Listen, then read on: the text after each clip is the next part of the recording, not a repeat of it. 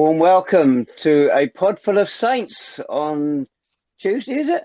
The 22nd of April 2025. Jake tells me it's number 38 of the season. Incredible. With myself, David Tavener, the already mentioned and pressing the buttons, Jake Ellacott. Hello, everyone. I hope you're well. And modelling the latest City kit of the season, Lee Wood. This one fits me, mate, so that's a good start. Good evening, boys. How are you all doing? We're ebullient after Easter Monday.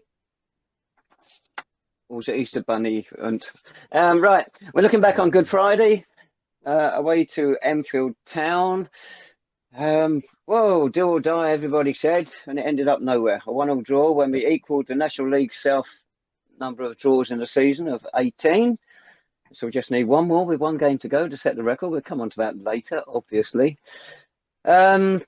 Right, Donkey Lane we're at. Ian Colverhouse made 2 changes to his starting 11. In came Ken Charles and Ollie Davis. Out went Harrison Smith and Josh Castelloni, both dropped to the bench. Looking back on that first half in particular and the game overall, what an inspired choice to bring Ollie Davis in.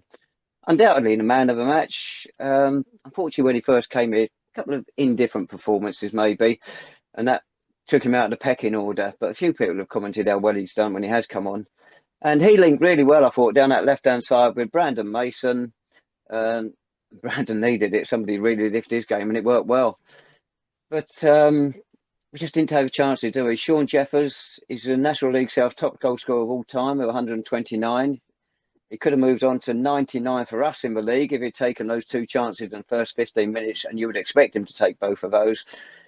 But beyond that, we didn't create enough chances. Ollie had a couple of shots. And when we were on top, we couldn't finish him off, could we? And when we gave him that gift of a goal, headed in by Jack James' own goal. Very unlucky. Well, Michael Johnson came out and just did a fly pass. Mate, got nowhere near the ball. And after that, particularly the second half, it's difficult to see us winning then, wasn't it? Yeah. Go on, Lee. What was that? Just a sigh of resignation, Jake. Caught up with the Enfield chairman before the game, and they did their homework on us superbly. They knew, I don't know how they knew, but they knew that we were going to be playing 3 up front with Davis, Jeffers, and Ken Charles. They knew that they didn't want their centre backs to be pulled apart, particularly. So they'd want to keep that nice and tight.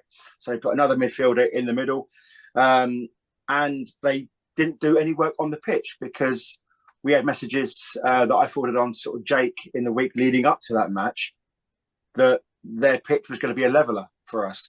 They were really concerned about the way that we play football and, you know, the danger that we possess. So they did no work on it. It was quite terrible. It was bobbly. It was horrendous. And you can see from their style of play that there was no point having any of their midfielders out there because they just went from back to front quite quickly. But I guess they've got results, haven't they, off the back of that sort of tactic.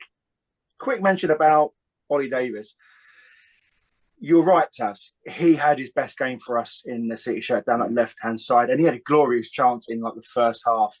I think he had a bit more time than he first thought he did.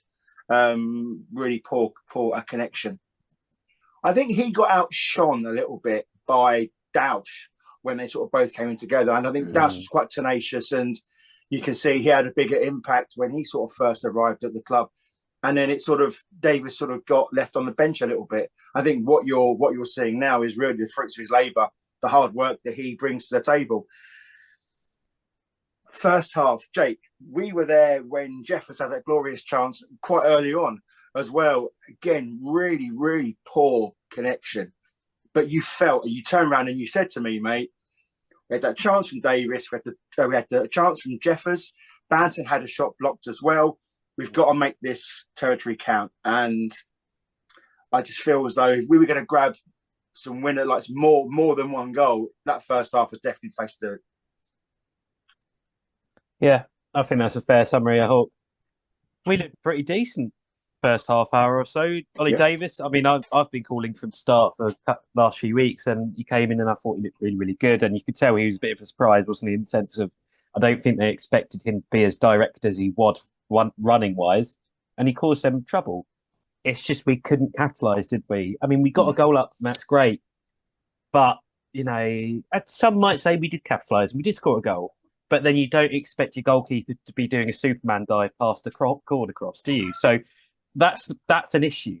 And when that goes in, and then after that, we just didn't really rally afterwards, did we? That goal, I think, took out so much of our energy and tempo, and it just never really came back. Enfield weren't great for the remainder of that first half, but I think a draw at halftime was probably level simply because, they converted their one opportunity. We didn't. And all season, it's been a problem with converting chances, and it's sort of reared its head again. A bit generous, not accepting chances. It's only the odd game second half of the season, really. We've had more chances. First half of the season, we didn't have an awful lot. The way we played just didn't set yourself up to create chances. Their goal should never have happened, but neither should I. It was a clear foul throw by Sulu. His foot was just above his head, I think, when he threw it. So we got away with that one. Well taken by Zane Banton. But then our three top goal scorers altogether have only scored 21 league goals. So, you could say we haven't taken no chances if you look at those figures, but we needed to create a lot more, I think, to get that figure higher. And, Sean in recent years does more of that on his own. So that let us down a bit. I wouldn't criticise Enfield so much about their tactics, Lee, because you think the way we played lately, all right, last 15 minutes ago, it's Dorking, played the ball on the ground, but with 6 games or so around that, we were just hoofing it. And we weren't playing football ourselves, just hoofing it and trying to get on the end of it that way. And it's interesting that their pitch, maybe it did resemble Clarence Park, yet we did try and play a more of a passing game Saturday. Which it worked to a degree, didn't it? But we weren't creating enough, as I think you both said. But that pitch may be a leveller, maybe not. We should be used to it. Yeah, we should. I will say, Zane deserves praise for that finish, and the celebrations behind the goal were superb. We almost lost 2 members of the pod during those celebrations. It wasn't Dave. The other 2, me and Lee, I mean, we almost disappeared. I think we were lucky to get out from that. But I'm lucky to get out of it. I'm lucky to get out of it with a $2,500 dentist bill, mate. I've got to say, because so I mean that was just carnage. I'm probably. I mean we're probably a bit old now, Jake, to be rolling around on terraces, mate. But it wasn't of our doing, I have to say. The youth, but I think this is a really good time to sort of comment really quickly about the quality of the sport. Yeah, and I spoke to the chairman, the Enfield chairman. He goes, he didn't really want to segregate it because it sort of takes something out of the passion of non-league football. And Enfield are a team that is reliant on passion of its fans.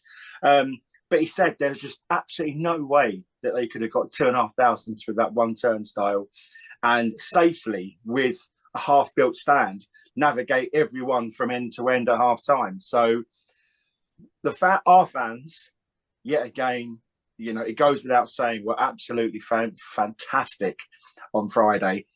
Good to see some old faces there as well. Hatboy made a sort of rare appearance from the depths. But I think there's one takeaway, Tabs, that I want to put towards it. We still stayed with the team, given the fact, it was, we weren't really producing a good second half in particular, and there was that horrendous mistake from MJ, and things could have sort of turned. And there were some murmurs and stuff, but on the whole, it was quite supportive, and we sung until the end. And I think, it's really frustrating when City don't capitalise on the amount of possession, the amount of good chances that they do have in these games, because if we'd have won that, those teams would have been absolutely fantastic. And Jake and I would have ended up on top of the roof, I'm sure, at some point. But again, I think your point about the quality of Enfield's tactics, by their own accounts, that's what they do. But it's worked so well for them. They have built their team around going from front to back extremely quickly. One thing I would say, I thought defensively, although it was a bit, we were playing such a high line, but we had to because we were always chasing that game from the minute one. I thought we did okay. And their only chances in the first half in particular came from the fact that maybe a mislaid pass from us or a slip from one of our defenders. That's all they had. I think we were the ones really sort of pushing this and really sort of searching for that result, searching for that goal.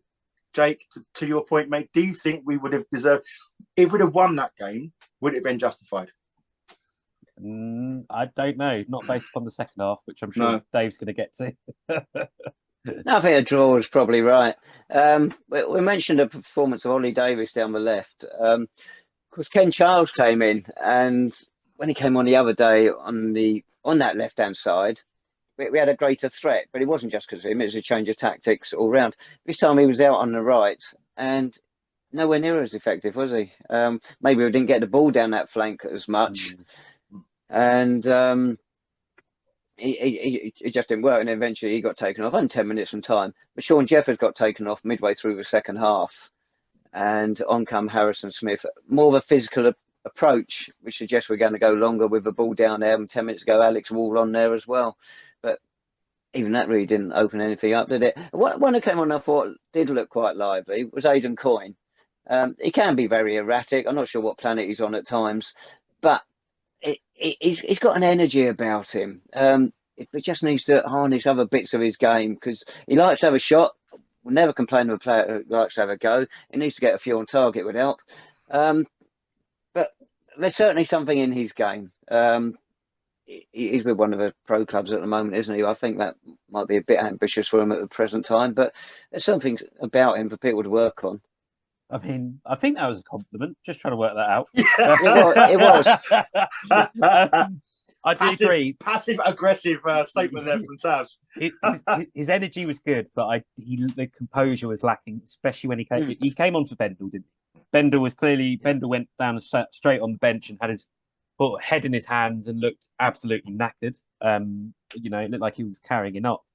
And I think we just lacked that composure in the second half in the middle. Coyne's energy was great, but I don't think we quite had the quality to enable us to get it out to the wide areas, particularly Davis. I don't know if Enfield doubled up on him or what, but second half he was a lot quieter, I thought. Ken Charles had a bit more space on the right, didn't really work, but we just didn't quite capitalise on the space, I don't think. And when we did get into position, and it's sort of same old story, we just didn't get the ball into the box. And if we did, there just wasn't quite the quality, or it didn't pick the man out, really. So, So I think we were lacking that in the second half. And Enfield, like Lee said, they started to put those long balls forward. We started to gamble, and it's fair to say they could have scored, couldn't they?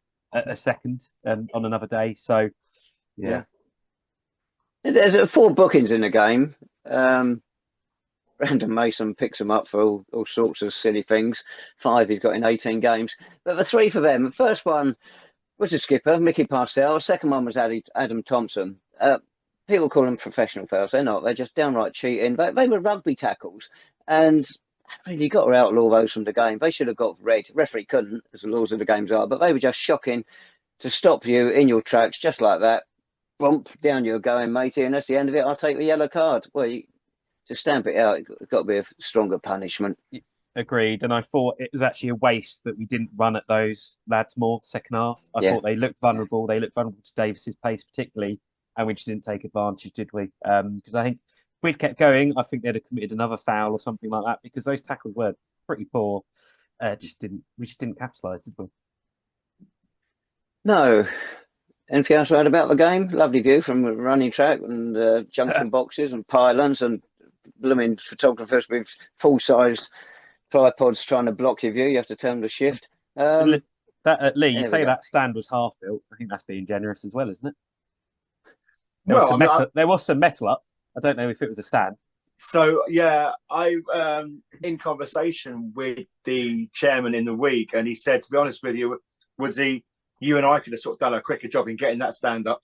It wasn't as though they were employing, fellas from down the Blackberry Jacks. These are, as good a labourers as I'm sure they are, these are proper sort of, builders of football grounds. So, these things are sort of supposed to take a month maximum to put up.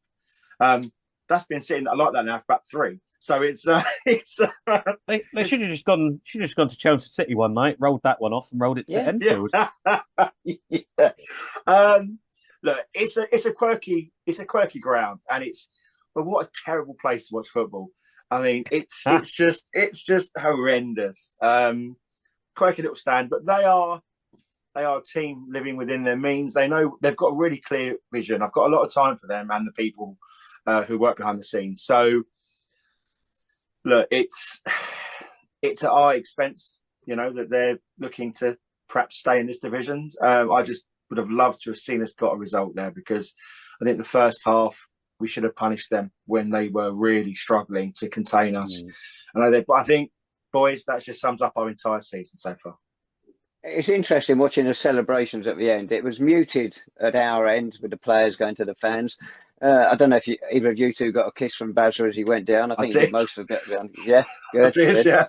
Yeah, good God.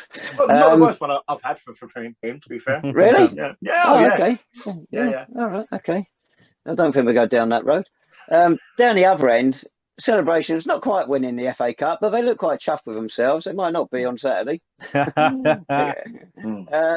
you can understand it. They were 6 points clear of us. We just need a point from the last two games. We need to win our last two games. And you can understand their celebrations because they look dead and buried not that many weeks ago. So to have got in this position, you've got to give tribute to them. However they played to get there, it's an incredible turnaround. It's not the Enfield of old. It is a new Enfield Town, and it's small and it's building. It is. And again, mentioned to the fans, quite a few hung around in Enfield after the game and enjoyed the local establishments. And again, it was really, it was celebratory for whatever reason, just enjoying the last remnants of this awful campaign. And Leslie Toms, who is doing her community service by being married to Colin, commented at the end of the game and the end of the day saying, I dread to think what would happen if you guys actually won today, because the way you enjoyed that game and got behind the lads and got behind the local establishments of Enfield after the game, it's just a shame we didn't have the result there. That I think all those fans, is it 560? I think given as away support, travelled down there. Absolutely brilliant. Was it really? The attendance given us 2,499. Which is a record at Donkey Lane. I don't know if it is for a running event, probably is down there as well, but certainly is for a football match. And conveniently, one person under their capacity of 2,500. It's amazing how these things work. Who was it who didn't turn up? Do we know? Yeah. Right, is that done then? Enfield done and dusted? Oh. Possibly for a few years. No, we didn't say that. Right, we had a Saturday off. Very nice. Next game was on Easter Monday. This one, it almost felt like a wake when you go into it, because you're thinking so many things have got to go in our way for it to go right. And elsewhere, things did go our way, and we made sure it went right our way on the pitch as well. I just say, Tabs, you and I go to different wakes, I feel, because I've been to a few, unfortunately. They weren't nothing like what I experienced yesterday, mate. No, it was probably a bit rowdier than down the West Arts Creme. One change, Harrison Smith came in and Sean Jeffers was out, which further reduced his chances of getting those 3 goals for the 100 league goals. And how do we do? First half, pretty awful, wasn't it? Very low-key first half. Great noise from both sets of fans. Some people thought Hemel didn't bring as many as they would have expected. We'll try looking at home attendances. That's the answer. But our fans were superb. We'll come on to the attendance and what it all means later on. But there wasn't a lot really to fire them that first half, was there? Or did I miss something? No, that first half was 2 really poor quality sides, wasn't it? Really, really bad. Turned around to a few fans midway through and said, well, what is this? This is just awful. Don't know what it was. I think a lot of us, when we saw the rain, we thought, right, this pitch is going to be a bit more slicker than it has been lately. Chance to play some decent football. There just wasn't really anything there. Again, when we got into the final third, lads, just shoot. You don't have to just pass left and right. Just hit the ball and see what happens. Or if you get into a good position to cross, just fire it in. It might fly off a defender. It might do anything. Just get it in there. We just didn't, did we? And I thought Harrison Smith particularly looked really isolated. Not necessarily his fault. I just think there was no one around him, no one getting near it. And when the ball went to him, he couldn't hold it up, just bounced off and it disappeared and there was no one around to help. And I thought that was a big problem in that first half, was the final third just wasn't clicking. We'll talk about the rain that came in the second half later. How concerned were you at half-time, Lee? 'Cause I think we all expected us to come out possibly with all guns blazing. Local derby, do-or-die match, and it wasn't happening. I concerned, yeah, okay. What I would say is I don't think Hemel were particularly good. I expect a little bit more from them. How many sort of times have we said, oh, we're facing such and such a team and they must be on the beach already, you know, they've got nothing to sort of play for, blah, blah, blah. And we turn up and play them and they've absolutely killed us. I think the game against Hemel yesterday was the other way, in so much that I don't think they really had anything. Couple of sort of shots in the first half, but when the half time came, I thought, okay, well, we've got this now, because we have to come out. We have to come out without a doubt and push for that. And I think the one thing that we've shown, excuse me, the one thing we have seen is that when we really put our minds to it in the second half, in particular, going downhill, we can cause problems for teams, better teams than Hemel, I have to say. And I think we saw glimpses of that. But ultimately, Tav, that second half and others like it over the course of the last few months, I think that is our ceiling. That is the level in which our players are at. Really interesting conversation with one of the Hemel media fellas at half time as I was walking around the ground. Excuse me. You know, he said, "Oh, we don't really care." So, but that's fine. But that's you. You know, you've got nothing to play for. But I can assure you now, Lee Allison is in there. He cares. Ian Allison, he's in there. He cares. The players should care.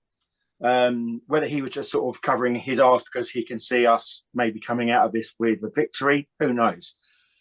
But I think that is our ceiling. That level of performance is the highest we can hope for. But it has worked in the past, and we have got results off the back of that. I think what we have got, Jake alluded to it there, once the pitch got a bit slicker, we've got the players who can do that. And I think we've learnt now how to take time out of the game.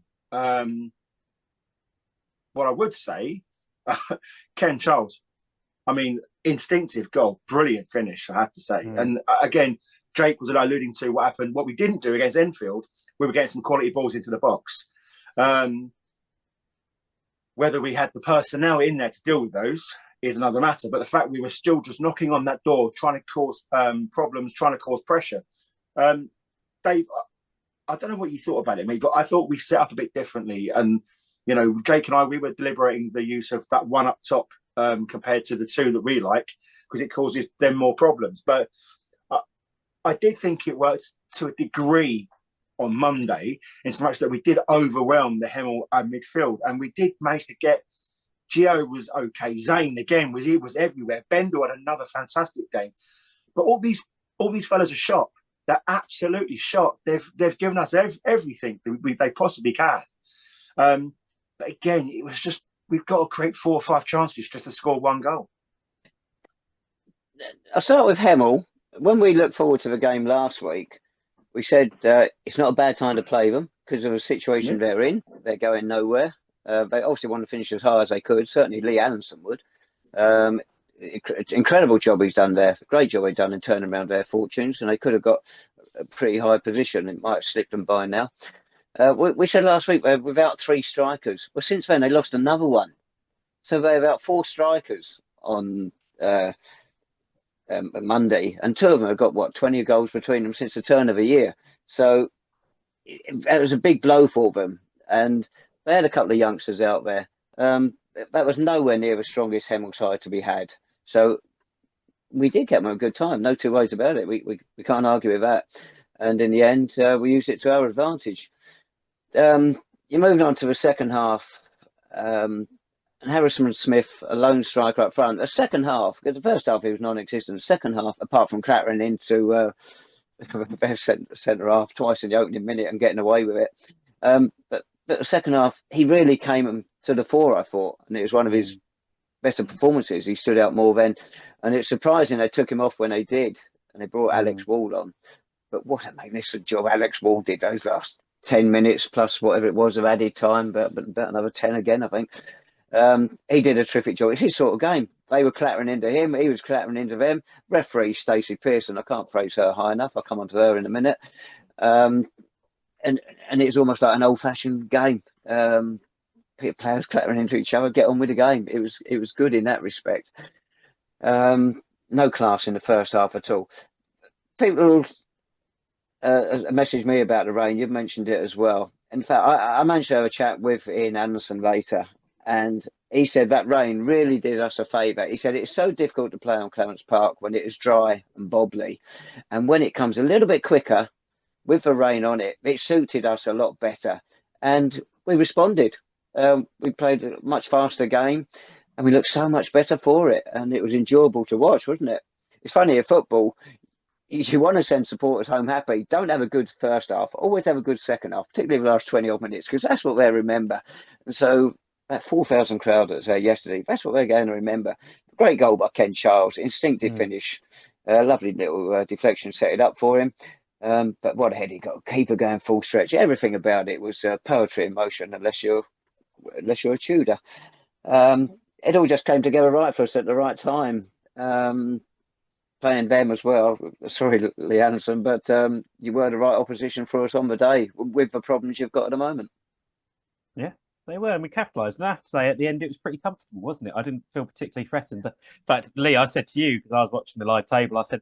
You said a lot of things to me yesterday, mate. No, I know, I mean, yeah. But I said, let's go for a second. The goal difference, let's go for it. Come on. And we didn't, and I understand why you want to hold on to the lead, but I have to say it was really comfortable. Hemel barely threatened. That second half late on, they looked like a side that was depleted and beaten towards the end, to be honest, and fair enough, understandably. And it's a shame we didn't get second, but it was a really good result, and it's a great way to finish the season at Clarence Park, isn't it? As you say, Dave, a really good second half, much improved, and players that probably haven't stepped up enough this season did step up on Monday, which is great to see. Would have been nice to have it a bit earlier, but you know. One more game, let's see what happens. But yeah, much improved. That was Charles's first goal since Maidstone away, wasn't it? Yeah. Bonkers. Wait, their first match, Coalhouse and Bastock's first match. Yeah. That long ago, incredible. And he's still top scorer. Yeah. I mentioned referee there, Stacey Pearson, down in Sussex. I think she's from Brighton. Oh, she's probably seen the Hemel players down on the beach. Goodness sake. What a referee. She let so much go, didn't she? So many referees today, if someone gets a tap on them and goes rolling around, oh, that's a foul, might have to book you as well. She didn't. She let so much go. She could have pulled some up. She was dead right to let a lot go because the players suddenly realised, I've got to stop rolling around. This game's still going on. I've got to get up. It's just like football used to be. And full marks for her for that. She did her bit in what could have been a powder keg game. She did her best to keep it going. She didn't try and stamp down and say, no, none of this. Let it go. Have some proper action. Roughly how you two saw it? Yeah, although if we hadn't won, I don't think I'd agree. I'd have been crying wolf. But yeah, fair enough. Go on, Lee. I think you're absolutely spot on, Tabs. And there were one or two decisions, but you're going to get that in any referee. But one thing I would say, I don't think she was helped one bit by her linesman. No. They were atrocious. They need to take a long, look at themselves. But I agree. She let the game flow when she could, which I think suited us because obviously the tempo in which we do tend to play in second half of games, especially at home when we could see we were on top, and Hemel could see that as well. So that's where they started to sort of go down injured maybe and claim they were clipped or claim they were struck. She was having none of it, and fair play. Good officiating all round, and it did contribute to a really lively, free-flowing game. You said about players going down, and we do it as well. Particularly MJ, because goalkeepers at every club do it. They get these chronic injuries, and how they recover and get up again and carry on playing is quite magnificent. But we got on top of the spell in the second half, and chances were starting to come. We said it's coming. Then Jameson Horlick went down. Nothing wrong with him at all, of course, unless he found a divot. And to try to take the sting out of the game. It didn't work for them. We kept coming again on after that.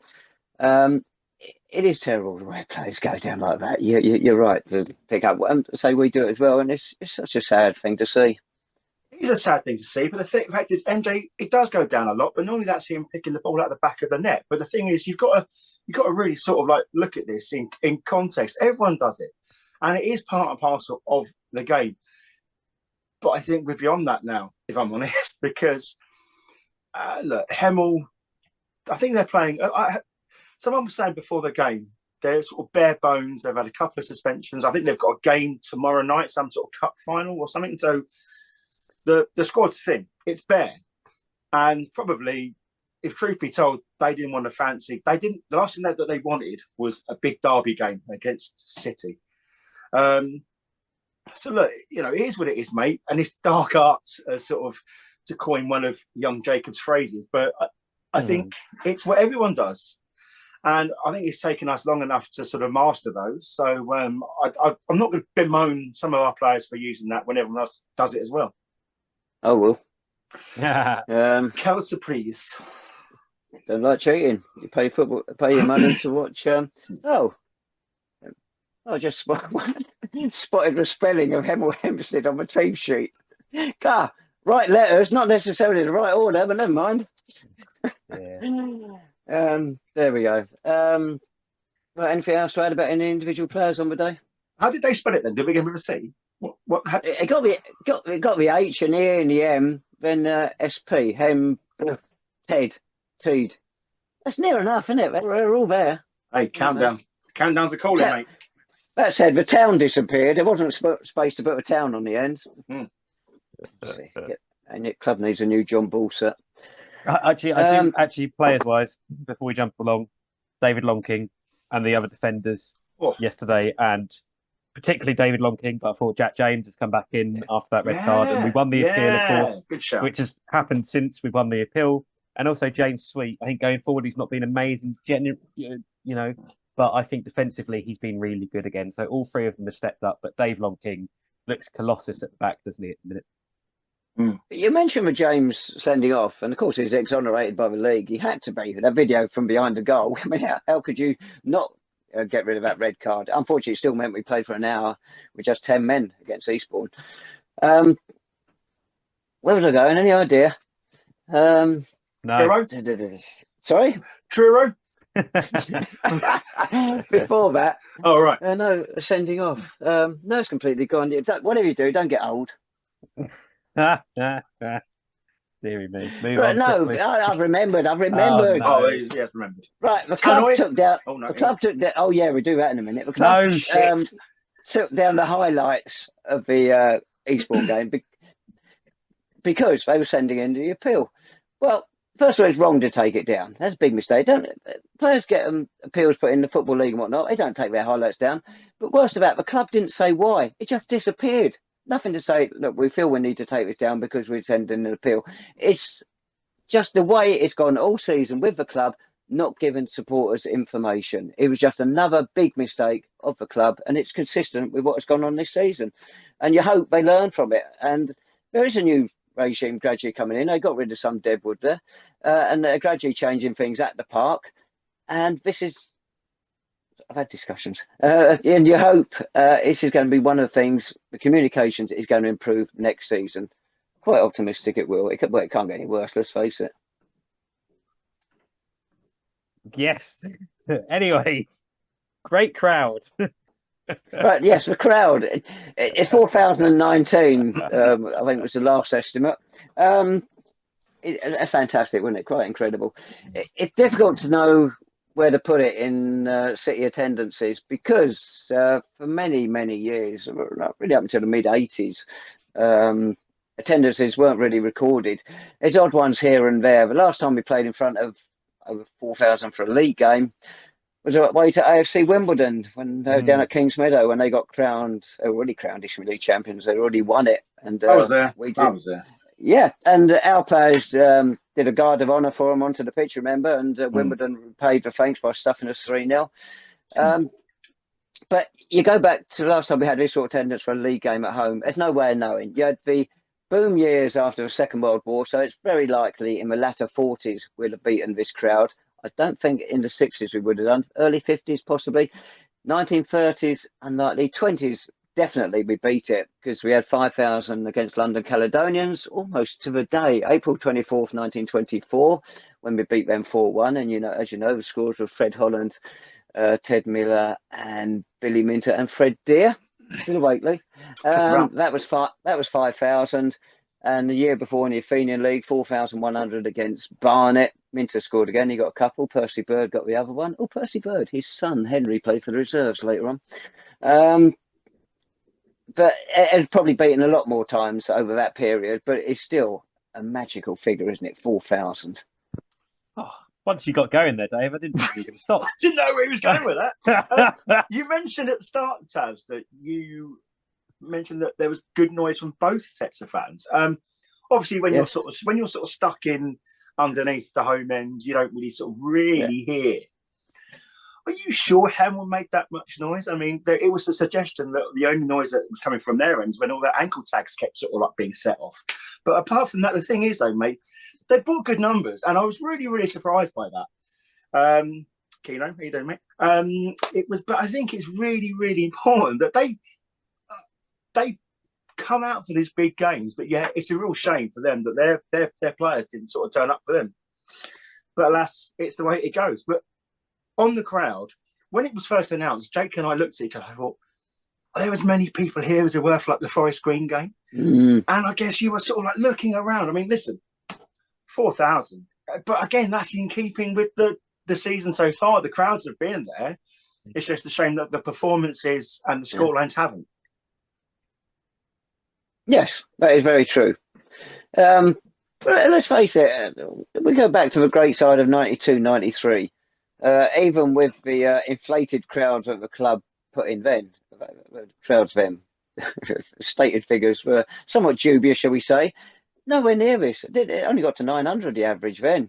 And this year we've been getting 2,000 quite a few times, and the average is way up. And in our lifetime, I never thought we'd see anything like this, did you? It's brilliant, isn't it? What is the average this season? You got it, Dave, to hand, or if not, don't worry. I haven't done it yet, actually. Keep going. It's not your job or anything, mate. You know what I mean? It's superb, isn't it? And I said to a few in the pub afterwards, shot. We were just saying, imagine what the crowds would be like if we'd actually been good this season. That would be, if we were up there competing in the playoffs or whatever. Imagine we, probably would have been a total sellout yesterday if we'd needed to get a result to get a playoff place or wherever. Absolutely amazing. And what is great, new fans, old fans. We've got new fans that watch this as well, and we love you all. And what is great to see is the city and the community and the amount of younger fans as well that are behind the club. They might not be as hardened as us. They might not go to every away game, but they're there, aren't they? They're supporting the club. They're spending money. They're making the club more sustainable, and that means there is a legacy here. Whatever happens, it's just brilliant to see the community come out for the club. So this community they're not here obviously to watch the quality of the football. Tabs, do you reckon they're here for the quality of the tannoy and or the chicken? Oh, Lee. I lost my voice, Lee. Sorry. Well, hey, it's funny, actually. I had a discussion with people at the club about tannoy. And where we stand on the cricket terrace, it's horrible. The noise from those speakers is absolutely horrible, far too loud. But there are areas in the ground where it's dead. You don't hear it at all. Now, apparently, the noise from the fans could be heard above the racket for the music. Why we need music at all, let alone at that volume, is beyond me, as you know. But the club are looking to address it during the summer. I believe they got some electrician going down there with a screwdriver, and they are going to look to adjust it and make it a better experience for everybody who can hear the announcements. You can't turn off the music, unfortunately, but it'll be better for everybody, a more comfortable environment, which would be great. Johnny, I like Johnny, as you know, he's one of my favourite people down there, but that was too loud yesterday. Somebody standing behind me had a decibel counter, and we went above the legal limit, so the club can't argue. Once you go above the legal limit, sad people you stand with. It's quite a few. You'd be surprised how many stand there with a decibel counter, because it's painful. You're trying to have a conversation, you can't, because you've got things like legal things to stick to. It's a bit like playing music half an hour before the kick-off when you're not supposed to, more than half an hour, terms of a lease. I'm sure there's some laws in your printing business, Lee. Sure, there are somewhere. Can we? Why are we talking about this? Let's move on. But yeah, it's fantastic. It's 1,691 to answer your question. That the average. Brilliant. Right. Superb. Yeah. Move on. Well, it's funny actually. Going back to when the owners came in. Oh no.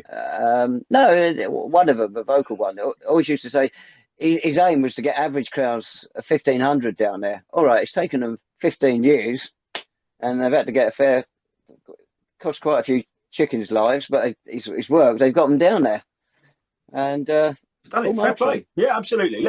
I think it's important when there haven't been too many shining lights in this season, but I think the support and the way the club have built the fan base has certainly been one. It'd be really interesting, and this has been a massive thing that I've been trying to drive. Getting that massive home fan base translated to some of the away games. But that's going to come over the course of time, and that's a conversation for another day. But I think that fair play to the owners. They've stuck by it. They have got some abuse, some comments thrown their way. Some of them not deserved. But I think on the whole, you're looking at it, and whether you're standing there with a pint of beer or a sound meter or whatever, everyone's there to watch the Mighty Saints. So the club have done well in that aspect, certainly. Right. Before the game yesterday, Harry Wheeler had misfortune to bump into me. Now, I know on here I do have a go at Harry, and he's a bit of a figure of fun, unfortunately, in some respect. But I've also said on here, down the years, always enjoyed talking to him, enjoyed interviewing him as manager and coach and whatnot. And it hasn't changed. Talking to him yesterday, it was good again. You're not going to get off lightly, though, Harry. Don't worry about that. But one of the things that's interesting is, I banged on about here, believing that the signings we've had this season have not been Ian Colbehouse's choice. I feel he's had his hands tied behind his back, which is why we haven't brought in experienced players. We've taken a big gamble on these young loanees. Well, he guaranteed again that the club have not tried to stop anybody that Ian's wanted to sign. And he's tried to get some experienced players in, and for a variety of reasons, it's fallen flat. It could be financial, could be the position we were in, which had been pretty desperate most of the season, and also because he's pretty much a National League North manager, Ian Colbhouse, it may be too far away for his players to say, "Oh, that's a gamble going down there." But the club apparently did try to back him, or have backed him on every player he's tried to sign, but for whatever reason, they never came off. So fair enough. It's not a surprise. I mean, some of the wages we heard quotedly at times, wasn't it, by some of the more experienced players, were very, very big. Probably too big, but I think there's going to be plenty of time to dissect, isn't there, post Truro, whatever happens. But yeah, I think that sort of coincides with everything we've heard. Why didn't you say it then to save me and wait until the final home game of the season? Because they still like us. They hate you, so it doesn't matter anymore. It's that way looking at it, Lee. This is true. Right, are we done with those last two league games? Ready to move on to any other news? Only about 50 minutes there to do two games, so it's lucky we haven't got a big one coming up. Right, Truro City this coming Saturday. Of course, the main focus is, can we get that 19th draw of the season and set a new National League South record? For goodness sake. What? What's wrong? Oh, by the way, Horlick in goal for Hemel. First time in 3 games, the opposition goalkeeper has not been called Joe Wright. Previous 2 were. Right, Truro. The referee on Saturday. This is another stupid thing. The Enfield referee, Philip Eady, he comes up from Plymouth. We're going down to Truro Saturday. It is Saturday, and it's one back on Saturdays.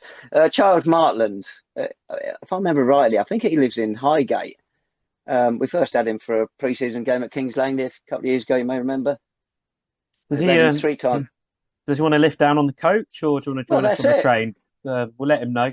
Get him in the pod per bill, fellas. What are you doing? That's 5 good hours there of him just listening to you, Tabs, going on. Get him on the bus, soften him up for 5 hours, we're in. Previous times we lost at home to Tunbridge when we've had him, and 2 draws this season with Worthing and Chippenham. So get down the bookies now. That draw's it's done. What do we fancy our chances? There's so many permutations. But lose and we're down. That one's pretty certain. Unless Salisbury get thrashed by a cricket score. Win and Salisbury could go down. Win and Salisbury win and Enfield could go down. Unbelievably, their celebrations last Friday look a bit premature then. But the most likely outcome is, you two are going to tell me, Truro looking to win the league, one of 6 sides that could win it. Yeah, I mean, it's all set up for a spectacular final day at both ends of the table, isn't it? I mean, Ian Culverhouse sort of said this in his post-match, didn't he? Well, not Ian Culverhouse, Joe Simpson, sorry, said, well, we know we've got to go down there and win, don't we? And so do Truro. So you've got 2 teams that know they've got to win. So we'll see. At Truro, it's not just for them, it's not just as simple of you've got to win, because given the goal difference situation, Torquay and their army of fans travelling to Hemel and everyone else below them as well with the goal difference situation, Truro are going to have to cut them out and score a couple, aren't they? They can't just guarantee a title with just a 1-goal win. So it is going to be a big ask. And, I'm already panicking about it. So, yeah, let's see how it goes. It's only Tuesday, mate. Imagine how you'd be like on Friday night. It's lucky I haven't got any air. That goal thing is interesting. Their goal difference is +30. Torquay's is 28. So whichever one of those 2 wins will be champions if they end up with a higher goal difference, obviously. Truro, the 4th highest scorers in the league, I believe they are. Yes, they are. Tyler Harvey's got 24, and Jazz something begins with a K. He's got 16. Obviously, the 2 main threats. Do you really see us shutting them out? Do I think we can win away at Truro? Yes, I do. I absolutely do. Do I think we will? I think it's listen. If we stay up, it's going to be a result of the ages. Seriously, it's going to be one of the it's going to be one of the most important results in my lifetime at the following city. I think when Ian Culverhouse and Paul Bastock took over in November, I think there was just an acceptance, an arrogance, if you like, or a naivety that they were going to be turning us around and we're going to have that new manager bounce and it was all going to be good. I think if you look at the results, some of the performances since they took over, it hasn't been that bad. I think we've played better against the higher opposition, if I'm honest. And we had the players. I still believe that, but I just don't know whether we've got enough in the tank left to go to Truro, who are challenging, and get something, a win. I don't think it's going to be. I don't think we're going to get caned. I mean, other than Bournemouth away, I don't think we've been caned by anybody. I don't think we've been outplayed to the extent where I think we should. We're lucky to get away with 3, 4, 5-0 here. And I think I see the same sort of thing happening on Saturday. It's just the one thing I like about us is that defensively, bear the fact that MJ flapped one in against Enfield on Friday. I think collectively we haven't been too bad defensively. I like the energy. Look, it's a mend and make do, isn't it? I think Sweet and Jack James have been stout. They've been really, really good, and I think their energy has got them through games when they've been sort of having to fit into that system, which I absolutely love. I don't think we should be scared of it. But listen, if it comes off in whatever way, shape, or form, it will be the result of since the Forest Green game, honestly. Farnborough, 9th in the table. They're the highest placed side we've beaten this season. So it is one heck of a step up to go away to the champions elect, it could be, and win there at their new home. That would spoil their party a little bit, wouldn't it? What can you say about them? They lost their last home league game, didn't score. One before that, they beat Salisbury, only 1-0. I mean, crikey, even we put 3 past Salisbury at home. What happened down the other end? And the last home game, pathetic attendance, only 3,300. And we get that sort of thing every week now. I just wonder. You look at the bottom of the table. Salisbury have choked. They've had the running, which every club in our position would have wanted. They should have got out of trouble in the last 2 or 3 games, and they've blown it. You can't really see them blowing it against a Welling side. It's going to be an under 12 side or whatever it is. They're so short of players. Can't see them blowing it again, surely. But a Truro going to go the same way. All right, a good win at the weekend, but the expectations down there are going to be so high on them. Less so on us. We've got a desire because we need to win, but the expectations on them, it's going to be a lot of pressure. Even so, you would say they're going to be the better side. Yeah, this is, it is on them. This is probably the biggest game in their club's history, broadly speaking. They're a massive game to get to that level at this season after last season as well. Of course, they've invested in the squad, got a new stadium, invested in a very good manager as well, haven't they? So it's all on them, but they know that they've got to come out and win, and we are there to spoil the party. Will we do it? I don't know. It seems unlikely, but there is a chance. As you say, it's a shame Salisbury are playing who they are playing. Welling, they're God, aren't they? They've got problems. Salisbury have got their own problems. 3 of their bench yesterday was their coaching team. So clearly there's issues as well. And there's also Enfield. They are still lurking around. They've got a tough game. We've got to go there and win tomorrow on Saturday, haven't we? And that's it. If we can pick up a victory, then, we'll see. Well, Enfield home to Worthing, same as us. Another side going for the title is their opposition. And you really can't see them beating Worthing, but it's going to be a shock result somewhere Saturday. And I'll be us or Enfield. Yeah. Our record against Truro is quite magnificent. 3 wins in 13 meetings and no wins in the last 6, 5 defeats in there. One of those was a 2-1 defeat down at Truro. I don't think you went to this one, Jake. That's on the players' coach. And it was when they had trouble at Treyu Road. It kept getting flooded or something. So previous home game was at Plainmoor, Torquay. And we got there about 6 o'clock on the coach and it was black. When was it? It's January the 8th, pitch black. And no lights on at the ground. And you think, oh, crikey, don't say they're playing at Plainmoor again. And it's not. And we're at the wrong ground. Suddenly, after a couple of minutes, a gate opens, a light in the background, bloke comes out with a torch, and we were in. But God, we did wonder then. Yeah, Tuesday night down to Truro and back. I think we got back in the early hours of Friday morning. I mean, if we're going to talk about games down there, we have to mention the 7-3 victory, surely, don't we? All those years ago. Yeah. Let's use that to inspire us, lads. Let's score 7. That was a great day, wasn't it, down there? Who was in goal for us that day? You tell me. Go on. Paul Bastock. Yeah, I've heard of him.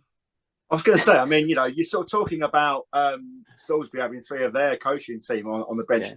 Culverhouse, Bastock, Simpson. I'll tell you what, mate, you could do a lot worse than those 3. Yes. Right, we're back, mate. Prediction on this one, haven't we? Good luck. Hang on, let me try and find it here. We got anybody right in the last 2 games? Nobody got that one. Oh God, Jake got yesterday right again. Oh, get in! And I got Good Friday right. Good heavens above. Yeah. Second one of the season. Go on, then, Truro. Go on, Ed League. You haven't got one right for a few weeks. We'll let you go first. 2-1 Saints. Jake. Blind faith. 1-0 City. Saints, not Truro City. Oh, very good. Yes, you go for another 1-0. Very good. Right. Truro go for it. It's 3 up in 15 minutes and it'll end up 3-2. Okay. Precise. I like it. Before we go, I think we have to talk about the ticketing situation quickly, don't we? Because it's an issue that a lot of fans have mentioned. Hour 3 of the podcast. Go on then, mate. Kick us off.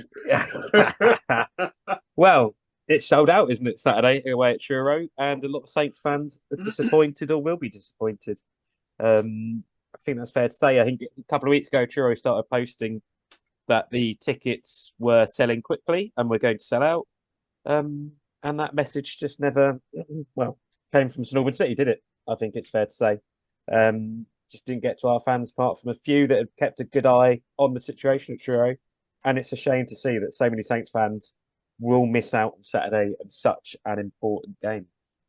It's shocking again, our club, we're talking to supporters. It's been very poor. It's another thing they've got to put right for next season. I got a message here from Tim Petty. He said the club has now posted on Facebook and says the game has sold out. But people have been posting that they have spare tickets, and City fans have been tried buying these tickets off them, but it turns out they are scammers and people have had their money stolen. Totally unacceptable, of course. And that's nothing to do with our club, but more communication beforehand might have helped a bit. This is like an Oasis concert, isn't it? All this sort of this ticket and scam. It's outrageous. So are you implying that perhaps our club weren't particularly forthcoming with information that would have been benefited our fans at an away fixture? Only for every game this season, Lee. Oh, goodness. Consistent. Not just as oh, well. no, hang on. I think also Truro City deserves some blame, even though, Saints fans have as much of a right to be at that game on Saturday, and they knew it was going to be a massive game. I don't know what communications have gone on between the clubs, but did there need to be a segregation brought in or whatever? But Saints fans deserve to be there, have a right to be there, and for it to be sold out when it has, without away fans having much of an opportunity to get tickets, is really disappointing. Yeah, I'm gutted at a ticketing situation. I got one. Goodness sake. Right. There'll be an inquest at the end of this season. More so if we go down, and if we don't. I want your comments. Think what went wrong and what not. The first one I got from Chris. I'll just chuck them in now. We'll mull over them at another time.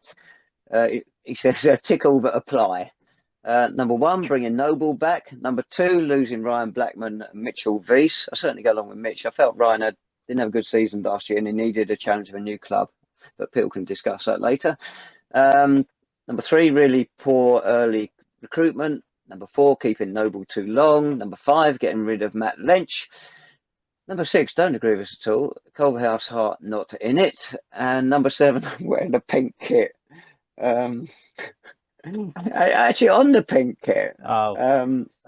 Well, it's interesting he says that. We've worn that pink shirt with either black shorts or white shorts 17 times, and it's won 2 games. I mean, to be fair, the home kit hasn't done much better, has it? So I don't think we can worry about kits at the minute. But it's funny that he brought it up, but there you go. Oh, dear. No hair, but he's got all the jokes today, ladies and gentlemen. I mean, brilliant. Yeah, like you say, Dave, we're going to have plenty of time to analyse, aren't we? 3 months, boys. We want fans to send in their views, whatever happens this week. Podful of Saints, email us as well below. Dave will read them. Finally, he's learned how to log in. And Podful of Saints on Twitter. Well, before we end, as you said, this 3-hour long episode, anything else, Dave? No.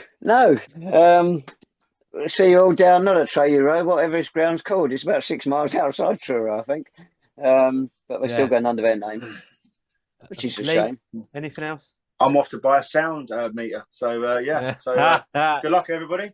Yeah, safe travels and good luck to all the fans travelling, whether you've got tickets or not. We'll see you there on Saturday, or if not, watching and listening and wherever you are. And thank you all for watching again this week. And we'll speak to you again very soon after whatever happens on Saturday down at Truro. Good luck, everyone. Come on, you Saints. Let's just do it, boys. Come on.